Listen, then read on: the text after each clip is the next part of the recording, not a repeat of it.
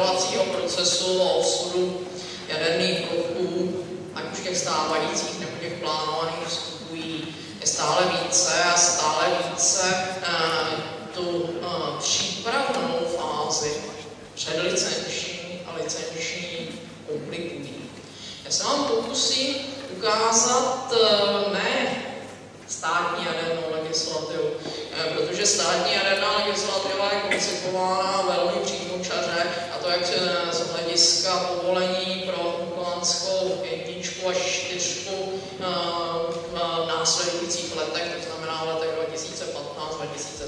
2015-2017. Žadatel o povolení, provozovatel má velmi dobrý včetlet o tom, co musí splnit. Splní-li to, tak naše legislativa, nejenom atomový zákon, a posléze ukážu, jak je ta naše národní legislativa nejaderná, je komplikovaná, mu zaručuje, že splní-li všechny podmínky, jak povolení bude vydáno. Ale jak říkám, to je jenom jeden z mnoha kroků, které vedou k tomu, že ty bloky budou v provozu tak dlouho, jak budou bezpečné, jak se to ekonomicky vyplatí, to jde pořád ruku v ruce, a nebo že ta Dukovánská 5 se umístí a začne stavět. Jaderná energetika je odvětví zcela správně a ze své podstaty velmi ostře a detailně regulované. Od samého počátku. Jenom schématický obrázek toho, jak ty poměry na světové scéně vypadají a jak velké množství hráčů a jejich jednotlivých aktivit do toho vstupuje. Ten národní dozor, ukazovat nebudeme, nevadí, ten národní dozor je v centru dění, samozřejmě, protože za ním jde ta odpovědnost za to, že garantuje ty bloky v tom kterém státě jsou provozovány, jak se sluší a patří. Ale nevisí ve vzduchoprázdnu. Musí být stále připravena na to, jak co nejúčinněji absorbovat různé vstupy z té mezinárodní scény, protože ta mezinárodní scéna vyvíjí a zase pochopitelně velmi silný tlak na to, aby regulace rizik jaderných technologií byla harmonizována. To znamená, aby ta úroveň bezpečnosti, která se prostřednictvím požadavků stanovených národní legislativou uskutečňuje, aby byla v těch zemích, které provozují jaderné elektrárny, v podstatě podobná. A ono to tak do značné míry je. Pořád, když uvažujete o budoucnosti lokality Dukovany, musíte mít na paměti, že faktorů, které ovlivňují osud jaderné energetiky, je velká řada. A jak už jsem řekla, ty legislativní požadavky a předvídatelnost regulace jsou jenom jeden z kamínků. Tohle to ještě není plný výčet, to je demonstrativní výčet těch nejdůležitějších faktorů. Takže ty legislativní požadavky jsou prostě jenom jeden kamínek do téhle mozaiky. I kdyby já to někdy říkám, tak my sedláci, i kdyby ta elektrárna nakonec snášela ekonomicky zlatá vejce a pravděpodobnost nějaké ošklivé události na ní se limitně blížila k nule, což skoro platí, ale musím to zaklepat, to je pravděpodobnost je otvora, tak stejně to klíčové, co bude hrát roli, je veřejné mínění a přístup k lidu, protože ti rozhodují o tom, že tenhle krok, protože to je krok na několik generací a závazek na několik generací se udělá. Jaderný průmysl není v lehké situaci. A není v lehké situaci zejména v Evropě a také na severoamerickém kontinentu, což je paradoxní, protože to byly země, které byly světovými lídry, co se týká rozvoje mírových jaderných programů. Z těchto pozic nevím, kde se zastaví. Nicméně pořád vidíme, jak ten okruh problémů, které s jaderným průmyslem souvisejí, kterým on bude muset čelit a budou jim muset umět se s nimi vyrovnat. I ty orgány národního dozoru je široký. Já bych tady zmínila 3 z tohohle výčtu. Ten první se stává čím dál bolavější i u nás. To zařízení může být technicky dokonalé, ale když tam nebudou lidi, kteří budou znalí, motivovaní a schopní ho s velkou pokorou a s velkým respektem obsluhovat, tak zase je ta situace neřešitelná. Bohužel tím, že situace v Evropě je velmi nepříznivá stavby jakéhokoliv většího elektrárenského zdroje pro základní zatížení, tak my ztrácíme přinejmenším jednu, ale možná i více generací. A tím pádem se stále obtížněji, pokud nenajdeme dostatečnou motivaci pro mladé lidi, aby do těch programů šli, i když nejsou tak lákavé jako stavba něčeho nového. Vždycky je lákavější něco stavět, něco budovat, než něco v uvozovkách jenom. A ve velkých uvozovkách udržovat. Jak tedy lákat ty mladé lidi na to, že ta jaderná energetika vůbec je fajn, bez toho, že by se objevily nové high-tech projekty. Ony se časem objeví, tím jsem si skoro jistá, na druhou stranu každé předpovědi v současném nepředvídatelném světě se musí krok po kroku ukázat jako do jisté míry špatné. Ale já doufám, že to, že nakonec lidem nezbyde, nesníží velmi výrazně své energetické potřeby, kombinace obnovitelné zdroje a jádro, to tak prostě je. A ta volba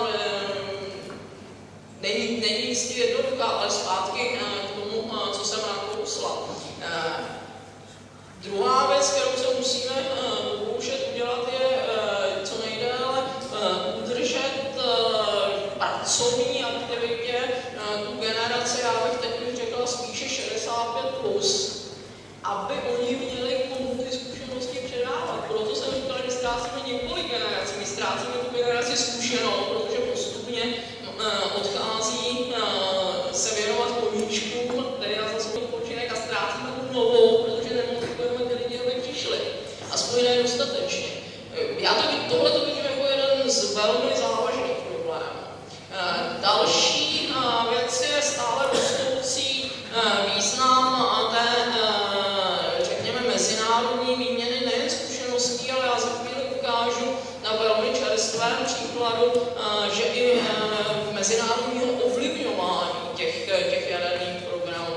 No a v neposlední řadě se stále více ukazuje, že z hlediska zvládání velkých projektů, velkých infrastrukturních projektů, což každá elektrárna a jaderná speciálně určitě je záhodno lépe definovat odpovědnosti projektantů a výrobců v celém tom životním cyklu té elektrárny. Česká republika je v oblasti zajišťování jaderné bezpečnosti uznávaným hráčem na tom světovém poli. Je to dáno mnoha faktory, ale v podstatě, když to prezentujeme, tak říkáme, ty hlavní jsou vlastně 3 pilíře. Máme už hezkých pár let dobře definovaný legislativní rámec, který se stále udržuje ve stavu, kdy zohledňuje ten světový vývoj. Máme nezávislý státní dozor. Vidíme, poznámka pod čarou, co s nezávislým státním dozorem udělá služební zákon, paní ministryně. Ale to bylo opravdu off-record. A nemohla jsem si to odpustit.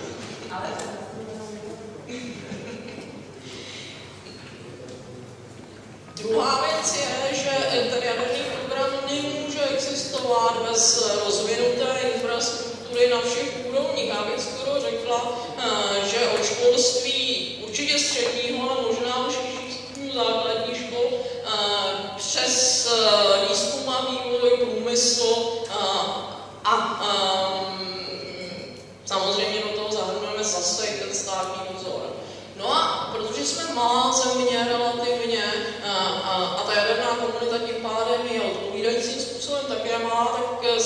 závislí na pohledu zvenčí, protože zevnitř dříve nebo později podlehnete.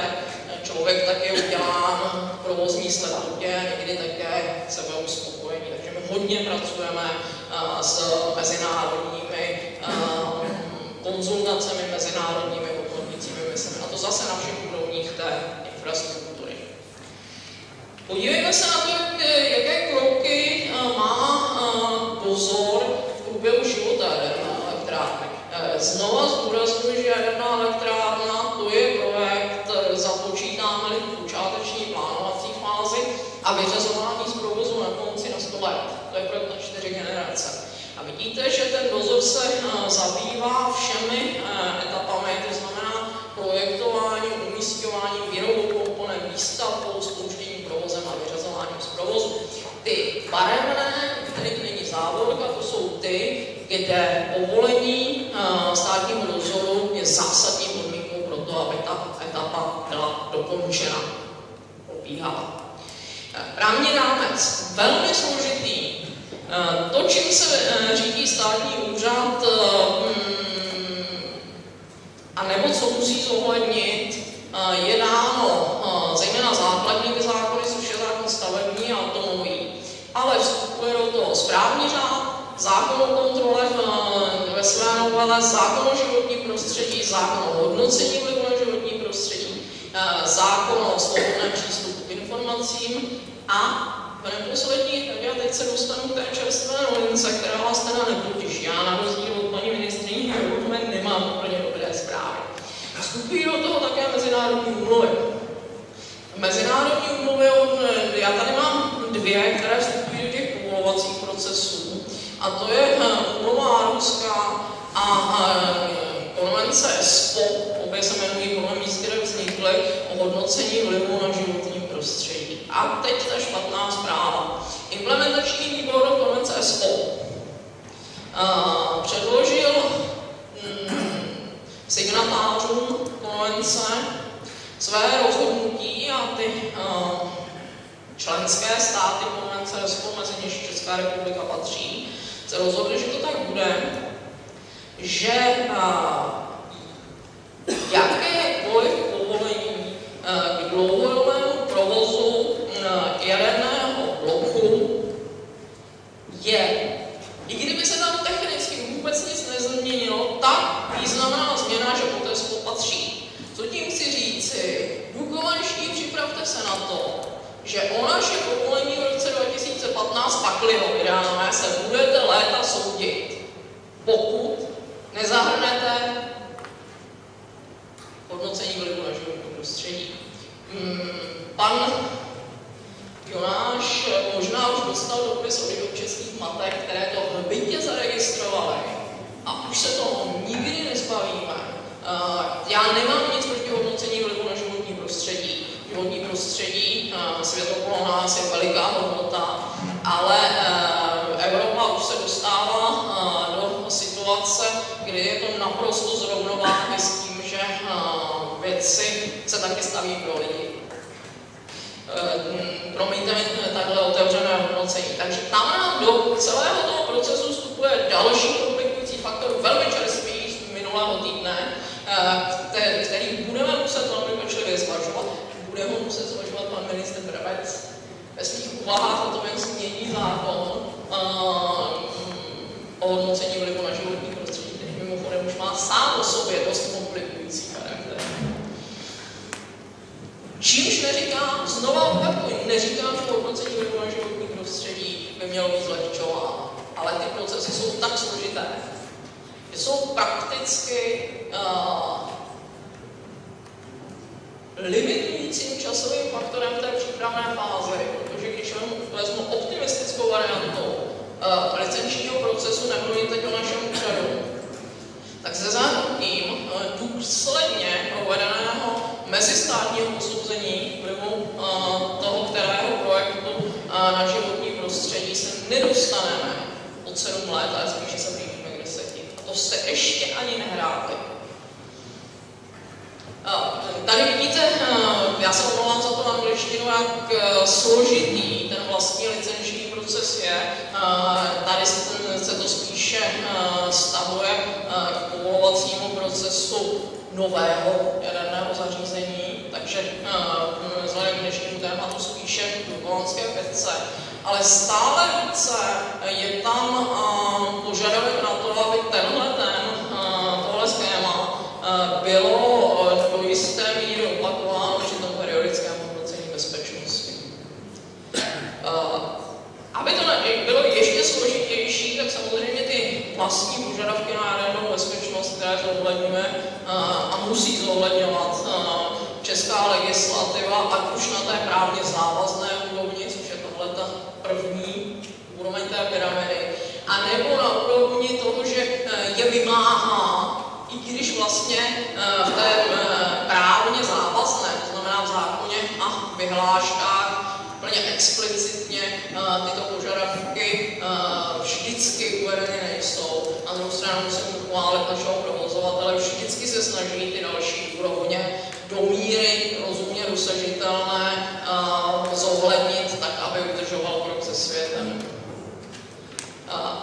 Pokud se budeme zabývat novým blokem, protože dlouhodobý provoz Dukovan 1 až 4 je jedna část toho dnešního tématu, ale Dukovanská pětka je neméně důležitá část toho dnešního tématu, tak vidíte zase, co všechno tam hraje roli a co všechno musíme všichni ten dozor zvažovat ve chvíli, kdy chceme, a to doufám, že všichni chceme, mít bezpečnou, vysoce technicky sofistikovanou, vysoce spolehlivou a rozumně ekonomicky fungující elektrárnu.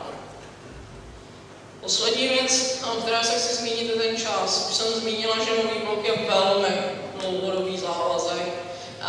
Ta plánovací fáze do chvíle, než je možné vůbec pro toho investora, aby se rozhodl, že je to pro něj rozumný projekt, je extrémně dlouhá. Ona je ale dlouhá i pro ostatní velké infrastrukturní projekty, protože, říkám, z mého pohledu se byrokratickou zátěží Evropa střílí do kolena čím dál více.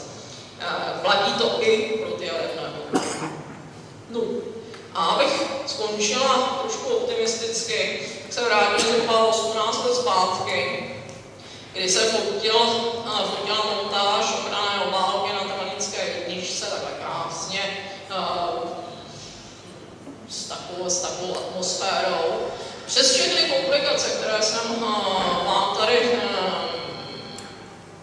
jenom nastínila, přes všechno úsilí, přes všechny peníze, které do toho budou muset být věnovány. Já mám za to, že pro 21. století Česká republika moc jiných možností, pakli vůbec nějaké, pokud nechceme nějak zásadně změnit svůj životní styl, než to, že za pár let, nebudou to 2 roky, bude to pár let, uvidíme podobné